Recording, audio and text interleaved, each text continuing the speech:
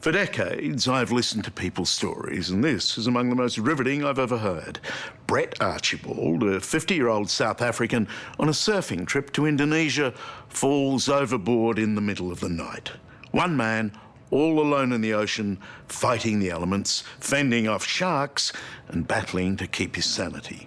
He hopes he'll be rescued. However, after 29 hours treading water, most people have given up on him. But not his wife, holding a candlelight vigil in Cape Town, nor a legendary Australian sea salt named Doris.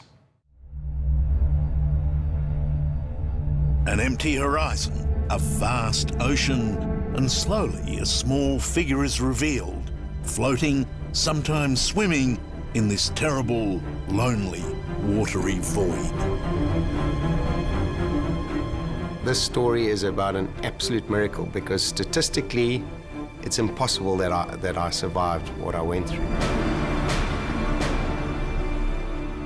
This man floating in the sea is also a husband and a father, isn't he?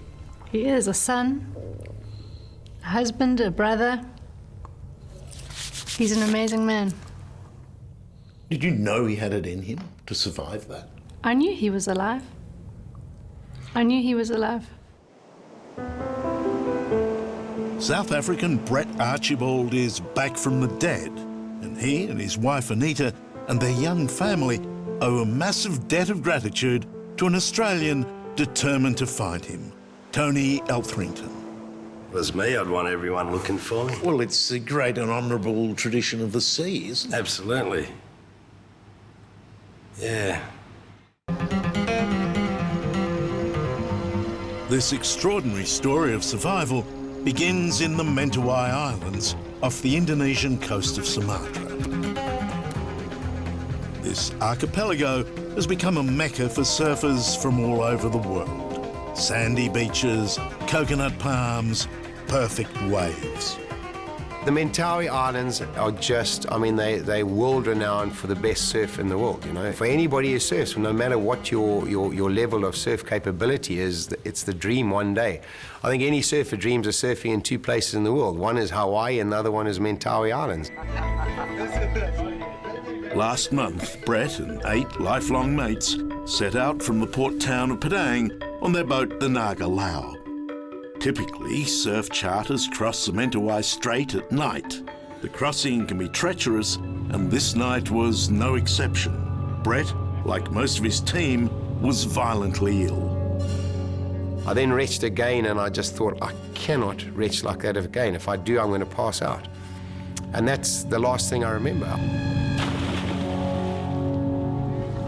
I kind of came through these bubbles, and then I just saw the boat disappearing with the tender behind it.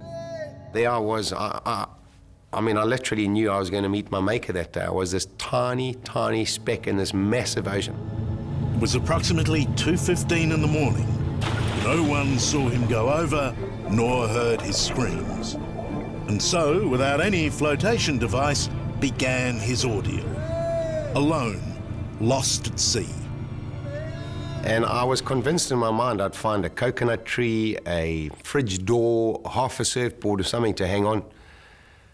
However, after about an hour of swimming, I realized that with that water in the chop, I wasn't going to see anything, so... No straw to clutch at. No straw to clutch at, that's definitely... Brett was in dire straits. The nearest land was more than 40 kilometres away. Back home in Cape Town, Anita received an early morning visit from the wife of one of Brett's crewmates. And there was a knock at the door. And I saw her face through the glass in the door. And when I opened the door, I said, "You are freaking me out. Where's the boat and what's wrong?" And she said, "No, we've got the boat. We just don't have your husband." He said he's fell overboard and he's been missing.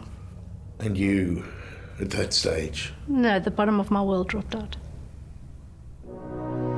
So, Brett Archibald had everything to live for, but staying alive for how long would be the question.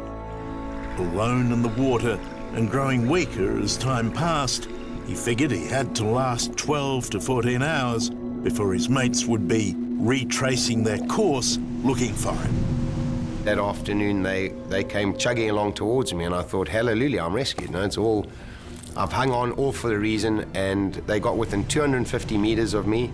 I could see them patrolling around on the deck. I could see my mates' faces, the anguish, the worry, and I was screaming, I was hollering, I was swimming, I was just trying to get there. I was against the current at the time, and they just didn't see me. I mean, they stopped the boat, and I thought they've seen me, and that's why they stopped me. They sent the tinny out and to get me.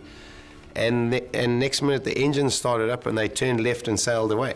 What a terrible moment. No, that was complete meltdown moment. I mean, that's the first time I gave up. I just said, there's absolutely no way, realizing that no other boat would be coming. But there was another boat, the Barrenjoey, chartered by a group of Western Australian surfers and skippered by Tony Elthrington, a true sea salt, with the unlikely nickname Doris. How'd you get the name Doris? I used to look like Doris Day. All right, that was a while ago. Long time ago. 1,000 years ago. Gypsies ride through Wonderland. Tony Elthrington was one of a pioneering wave of Australians to explore Indonesia back in the 70s.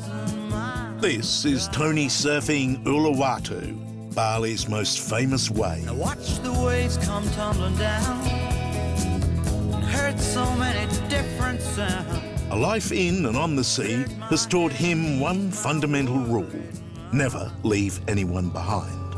So when Tony heard of the missing surfer, he had to go and search for him.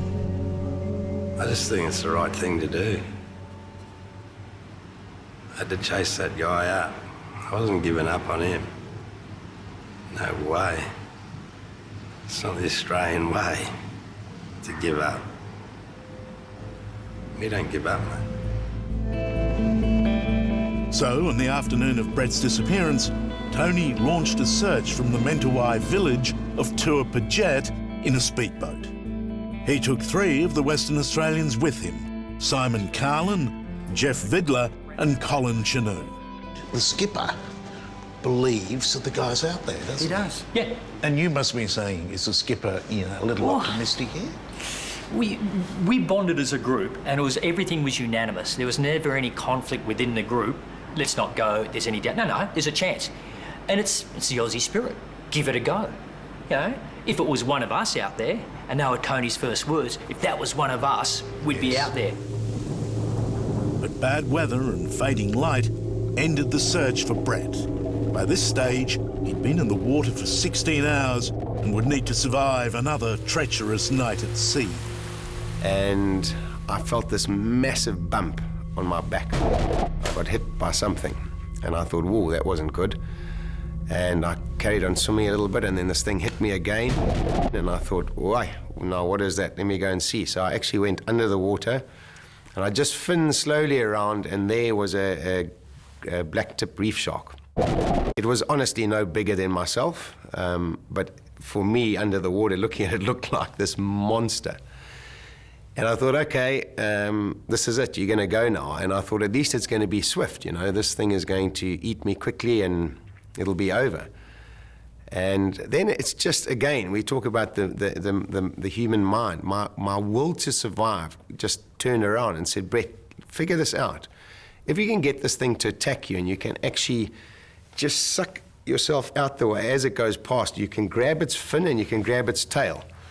And it's a reef shark. It's going to head back to a reef in shallow water. And if you can do that, you can hang on. This thing will tow you to safety. This is a desperate man. Absolute desperation. And I was under the water thinking this crazy thought, and next minute the shark just went. But again, now suddenly my brain was going again.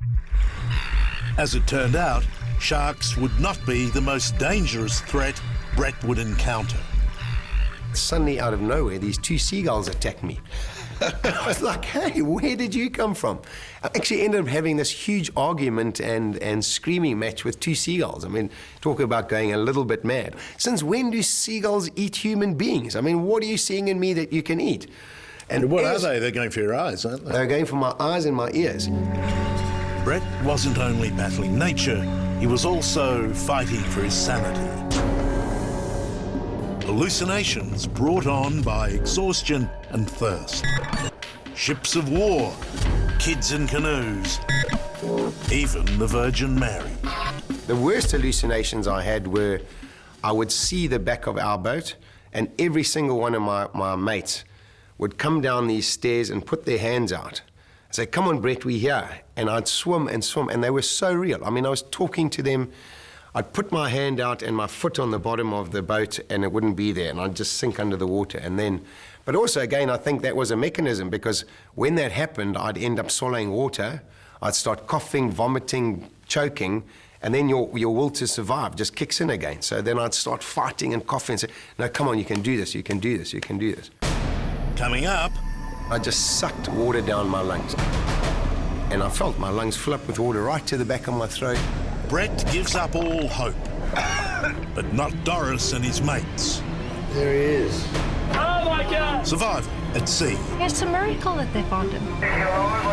Alive.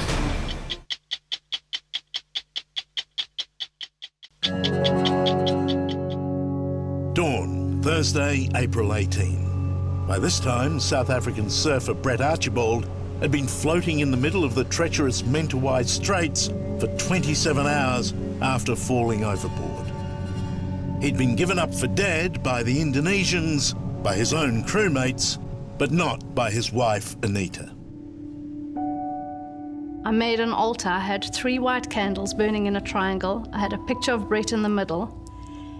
And the whole time I said, I mean, it's not difficult. It's not like he's dropped in the middle of the ocean. He's here. It is massive, but this is the area that we've got to find him in. It can't be. It's not impossible. It's not impossible. That was a view shared by one man, Tony Elfrington. Maybe a lot of people just thought it was hopeless, he was gone. Yeah, I heard that, but I wasn't taking that one. It was way too early to give up on someone. Way too early. 24 hours, no way. In warm water. Charlie, they'll be alive.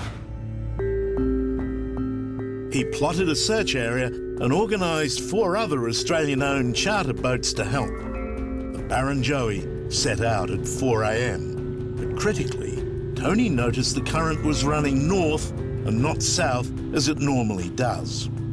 I just turned the boat about 18 degrees and I went, I'm going that way. He's going to be in this sector. Something told me, I just felt he was going to be there. Sea conditions at that stage? Beautiful. Dead calm. Also on board, the Western Australian surfers. I remember standing amidships at 6:30 a.m, heading out. We're just on our heading and, just going, I just wonder, are we going to find this guy? Just starting to not believe that we're going to find him. A lot of time is passing by now. Yeah. Were we on a search and recovery or search and rescue? Yeah. So there was speculation within our might have group. just been looking for a body, is what you're telling me. Precisely. And this was so horribly close to being the truth. After more than 28 hours in the water, Brett gave up. Having once read that drowning was actually a pleasant way to die, he swam down and tried to end it all. Then I just sucked water down my lungs. I mean, and I felt my lungs fill up with water right to the back of my throat, out my nose. And I knew, okay, now I was meant to just slip into unconsciousness, sink to the bottom of the ocean, it would be all beautiful. Well, let me tell you, the will to survive kicked in there, and I have never fought for my life like anything before. I mean, my brain was just frying. There's no way, and I came shooting out that water, coughing, retching, spluttering. And I mean, just terrible. And as I was lying there, I saw the mast of the Barrenjoey. Contact. A head in the ocean. A needle in a haystack. My friend coming up the stairs right this second. Roger, mate, if you're alive or dead? Alive. Fantastic, mate. All right, steady, boy. Got him. And the boat wheeled around and then... There he is. There he is, and there's just this white thing bobbing in the water. And his hands are doing this other thing. Unbelievable. Sheer elation. It was a feeling of incredible elation. We found the lost South African. Been at sea now 29 hours. in the middle of the ocean. Hello, guys! You're a machine! You're a machine! Oh my God! He's aboard now, skipper. What did you think of his condition when he came onto the boat? It's pretty good. He had a head like a beetroot, but he was pretty good. And a few whacks in the nose from the seagulls trying to pluck his eyes out. I didn't know seagulls did that. Me either. I thought they only plucked chips. The sunburnt head, the scarred nose, and the withered hands were the only obvious signs of his ordeal. Brett and his wife Anita hadn't seen this footage until we showed them. You're not having a lot to say about this. No, this is... That's when Anita was struck by the reality of just how lucky her husband had been. Lie down, grab a water and a blanket. Even if you think that there were a couple of boats out there, you can't see a head even in the calm ocean. Someone bobbing around there. I mean, it's a miracle that they found him. It's a radical, radical story. That he's here is divine intervention. You're amazing. You are amazing. Sure, I'm looking at this as And just I'm the luckiest radical. girl alive. No, but I'm lucky. No, Brett. I'm the lucky one.